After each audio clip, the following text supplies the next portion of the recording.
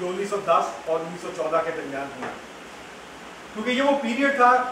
جب 1907 میں بہت بڑا ریپریشن لانچ ہوا اور زار شاہی نے بہت بڑا جو ہے اٹیک کیا. اس کا نشانہ جو ہے وہ RSDLP بھی بنی. تو RSDLP جو ہے وہ 30-35 ہزار کی ممبرشپ سے 12 ہزار کی ممبرشپ تک سوپر گئی، اور ایک وقت ایسا بھی آیا تھا کہ غالباً 1909 میں 1908-1909 میں اس کی ممبرشپ جو ہے وہ 6-7 ہزار تک آ گئی تھی، سوپر گئی تھی. لیکن اس کے بعد جیسے ہی حالات بدلے اور 1913-14 کے بعد ایک ورکنگ کلاس کا نیا ابھار آیا، تو اس کے بعد پھر بولشوکس نے بہت تیزی کے ساتھ ڈیولپ کرنا شروع کیا اور بہت تیزی کے ساتھ ان کی ممبرشپ کے اندر اضافہ ہوا، RSDLP کی ممبرشپ میں بھی اضافہ ہوا. اب ایک غلط فہمی یا مغالطہ کہہ لیں وہ پایا جاتا ہے عمومی طور پہ بائیں بازو میں. وہ یہ ہے کہ بولشوکس اور RSDLP یہ ایک بہت کوئی چھوٹا سا گروپ تھا جس کو ریولوشنری ایونٹس نے جب حالات بدلے روس کے تو ایک بہت بڑی قوت بنا دیا. حالانکہ ایسا نہیں ہے، کیونکہ اب تک اس کے بعد کی اگر آپ روس کے انقلاب کو ایک طرف بھی رکھ دیں تو تمام انقلابات کی جو تاریخ ہے وہ ہمیں بتاتی ہے کہ جو فورسز ایگزسٹ کر رہی ہوتی ہیں، جو سوسائٹی کے اندر موجود ہوتی ہیں اور جن کا انفلوئنس ہوتا ہے سوسائٹی کے مختلف حصوں پہ، جب بھی سوسائٹی انگڑائی لیتی ہے، جب بھی سماج تبدیلی کے لیے اٹھتا ہے ابھرتا ہے، تو جو قیادت ہے، جو پہلے سے ایگزسٹنگ لیڈرشپ ہوتی ہے، وہی اس کو لیڈ کرتی ہے، وہ کاؤنٹر ریولوشن ہو یا ریولوشن ہو. یہ ضرور ہے کہ رینک اینڈ فائل جو نیچے ہے، گراؤنڈ ہے، گراس روٹ لیول کے اوپر انقلابی تحریکیں اپنی قیادت کو پروان چڑھاتی ہیں، کریٹ کرتی ہیں، تخلیق کرتی ہیں. لیکن جو نیشنل لیڈرشپ ہے وہ ان دنوں میں تخلیق نہیں ہوتی، وہ اس سے پہلے تخلیق ہو چکی ہے. لینن بہت پہلے لینن تھا اور اپنی نظریاتی سیاسی جدوجہد کے نتیجے میں، حالانکہ وہ روس میں نہیں رہا، بہت کم موقع ملا لینن کو روس میں اپنے ورکرز کے درمیان رہنے کا، RSDLP اور بولشوک جو ممبرشپ تھی اس کے درمیان رہنے کا. ایگزائل میں زیادہ زندگی گزری، لیکن اس نے اپنا رابطہ نہیں ٹوٹنے دیا. اور یہ ہمیں بتاتا ہے کہ آپ فزیکلی وہاں ایگزسٹ کرتے ہو یا نہ کرتے ہو، آپ کی جو رسپیکٹ ہے، آپ کی جو اتھارٹی ہے، وہ آپ پالیٹکس سے اور نظریات سے ڈرائیو کرتے ہیں. اور یہ لینن نے ڈرائیو کی. لینن کی جو واحد اتھارٹی تھی وہ نظریاتی تھی، وہ کلیئرٹی تھی جس کے ساتھ لینن کھڑا رہا 1898 سے لے کے اکتوبر 1917 تک، جس کے نتیجے میں روس کے اندر جو ہے وہ انقلاب برپا ہو سکا. اب مسئلہ یہ ہے کہ بولشوکس ایک انقلابی رجحان کے طور پر موجود تھے اور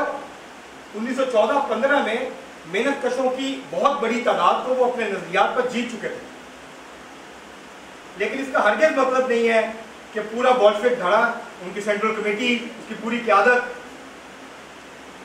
1917 کے فروری انقلاب کے بعد جب زار شاہی کا خاتمہ ہوا اور کرنسکی کی قیادت میں ایک عبوری حکومت بنی جس میں مینشوکس بھی تھے، جس میں سرمایہ داروں کے نمائندے بھی تھے اور ایک سرمایہ داروں کی ڈومینیٹڈ گورنمنٹ تھی. اور اس کے بعد بولشوکوں کے اندر بھی یہ سوال اٹھا، اس کے اوپر بحث ہوئی کہ کیا ہمیں اس حکومت کا حصہ بننا چاہیے یا نہیں بننا چاہیے. یہاں پھر لینن نے فیصلہ کن کردار ادا کیا اور کہا کہ ہم اس حکومت کا حصہ نہیں بنیں گے. یہ سرمایہ داروں کی حکومت ہے اور یہ حکومت وہ کچھ نہیں کر سکتی جو قومی جمہوری انقلاب کے تقاضے ہیں، یہ ان کو پورا نہیں کر سکتی. یہ ہاتھ ملا چکی ہے لینڈڈ ایرسٹوکریسی کے ساتھ، جو جاگیردار ہیں ان کے ساتھ. یہ لینڈ ریفارمز نہیں کرنا چاہتے. یہ ایک کیپٹلسٹ جو ڈیموکریسی ہے اس کے جو تقاضے ہیں وہ پورے کر کے یہاں پر ایک کیپٹلسٹ ڈیموکریسی کی جو شکل ہے اس کو آگے نہیں بڑھانا چاہتے. یہ وہ سارے اقدامات نہیں کرنا چاہتے جس کے نتیجے میں زار شاہی کی باقیات کا خاتمہ ہو اور روس ایک کیپٹلسٹ سوسائٹی جو ہے وہ بن سکے، ایک بورژوا ڈیموکریٹک سوسائٹی یا اسٹیٹ بن سکے. اس لیے ہم اس حکومت کا حصہ نہیں بنیں گے، ہم اس حکومت کو چیلنج کریں گے. لینن اس وقت تک روس میں نہیں تھا،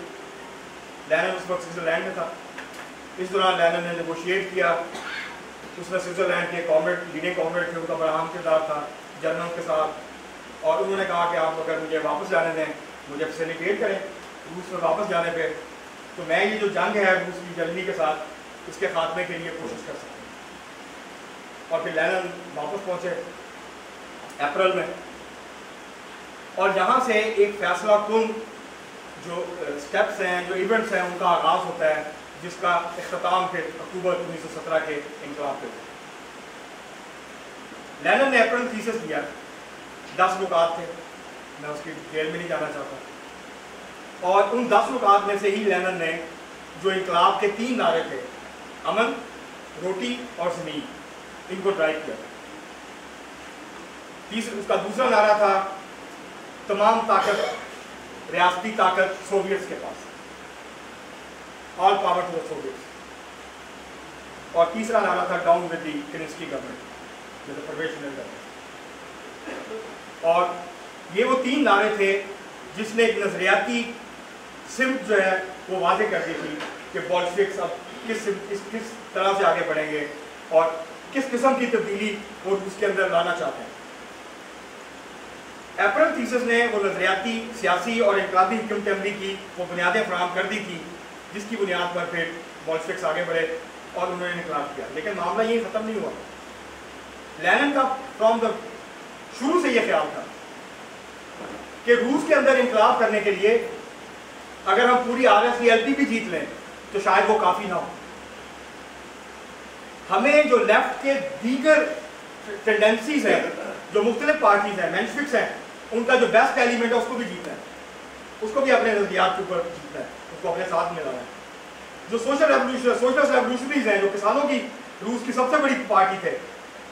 ان کا جو لیفٹ ونگ تھا، لینن اس بات پہ کنونس تھا کہ ان کو جیتے بغیر، ان کو اپنے ساتھ ملائے بغیر، ان کے ساتھ الائنس بنائے بغیر روس میں انقلاب ممکن نہیں ہے، اور لینن نے اس اسٹریٹجی پہ کام کیا۔ اور یہی وجہ تھی کہ جب اکتوبر 1917 کے بعد جو پہلی حکومت بنی وہ ایک کولیشن گورنمنٹ، وہ ایک 2 پارٹیوں کی مخلوط حکومت تھی، جس میں بولشوکس بھی تھے اور جس میں سوشل ریولوشنریز کا لیفٹ ونگ بھی تھا، جن کو LSRs کہتے ہیں، لیفٹ ونگ سوشل ریولوشنریز، وہ بھی تھے۔ یہ ایک مخلوط حکومت تھی، 7 وزراء تھے، کمیسارز جو ہیں وہ اس کے اندر جو ہیں وہ سوشل ریولوشنریز کے تھے۔ تو یہ لینن نے جو ایک ایکسپریشن استعمال کیا تھا، اگر آپ مجھے اجازت دیں، لینن نے کہا تھا کہ اکتوبر انقلاب جو سوشلسٹ انقلاب ہے یہ ریولوشنری ڈیموکریسی کا ریولوشنری سوشل ڈیموکریسی کا انقلاب۔ جو ریولوشنری ونگز تھے روس کے اندر سوشل ڈیموکریسی کے، کسی بھی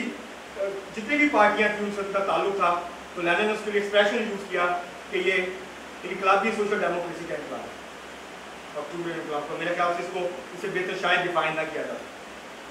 کہ کون سی فورسز تھیں جو اس انقلاب کے اندر کار فرما تھی اور کون سی فورسز نے کیا کردار ادا کیا۔ اپریل کے بعد اہم مرحلہ آیا جولائی، جس کو جولائی ڈیز بھی کہتے ہیں۔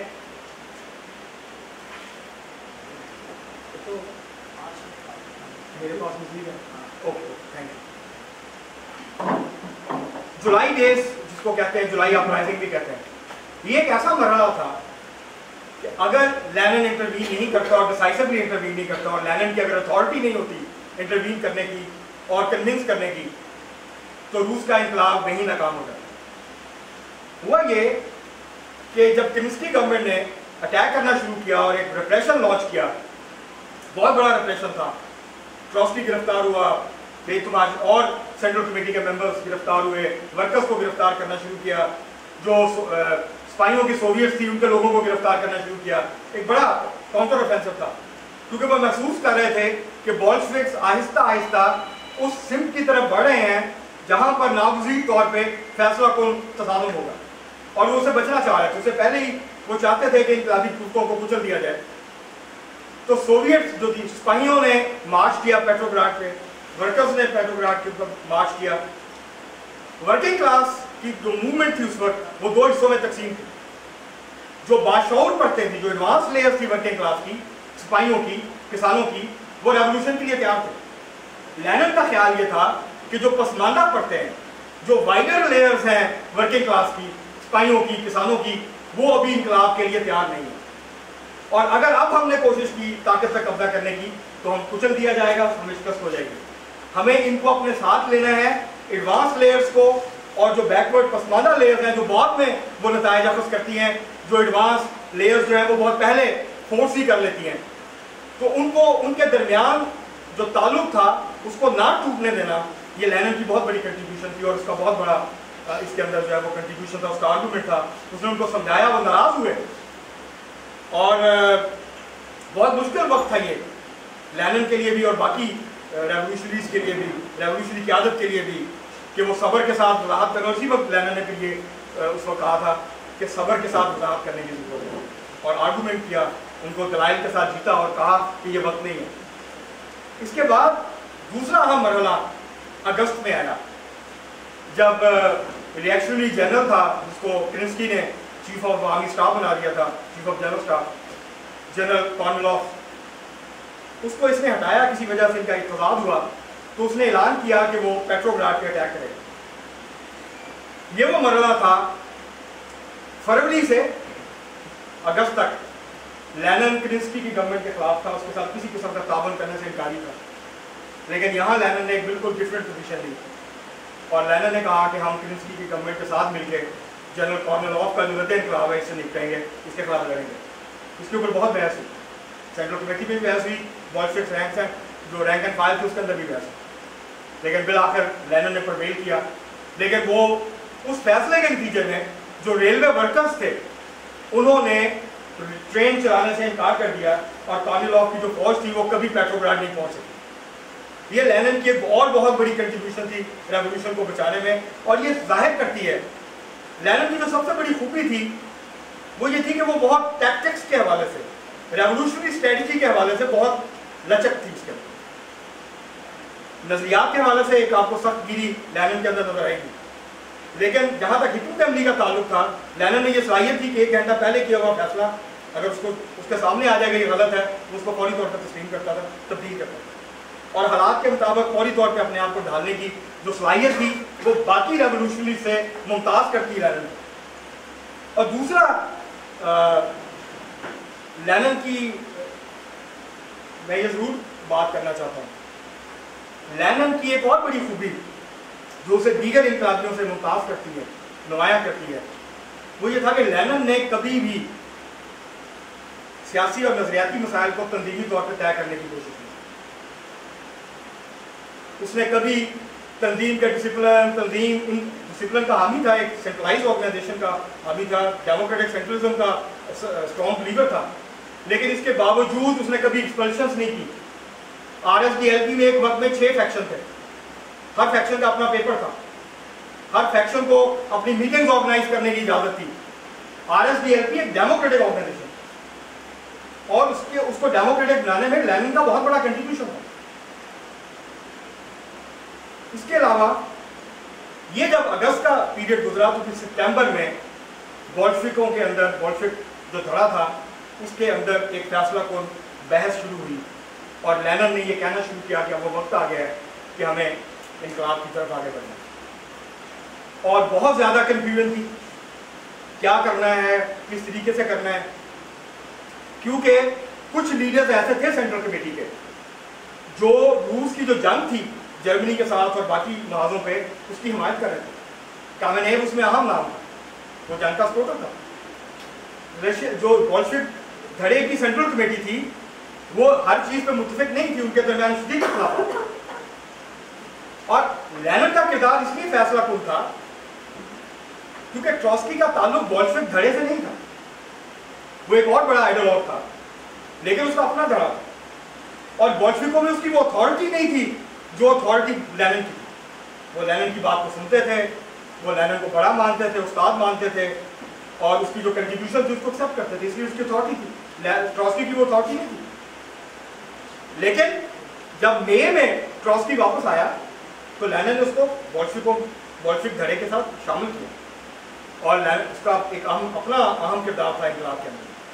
وہ کیونکہ ہمارا موضوع نہیں آتا اس لیے میں اس کو بات نہیں کر رہا. تو لینن کو نے یہاں پر سپٹمبر میں فیصلہ کن طور پر بولشوک پارٹی کو، بولشوک دھڑے کو کنونس کیا انقلاب کے لیے، اس کو تیار کیا، اور جو بحثیں تھیں ان کو کنکلوڈ کیا، اور یہ کہا کہ ہمارے پاس وقت نہیں ہے لہٰذا ہمیں فوری فیصلے کرنے ہیں. تو اس کے بعد پھر یہ فیصلہ ہوا، کمیٹیز بنی، ریولیوشن کی تیاری کی گئی. اور اب لینن کی جو ٹالرنس ہے اس کا اندازہ اس بات سے لگائیں کہ ان 2 کامریڈس کو سینٹرل کمیٹی کے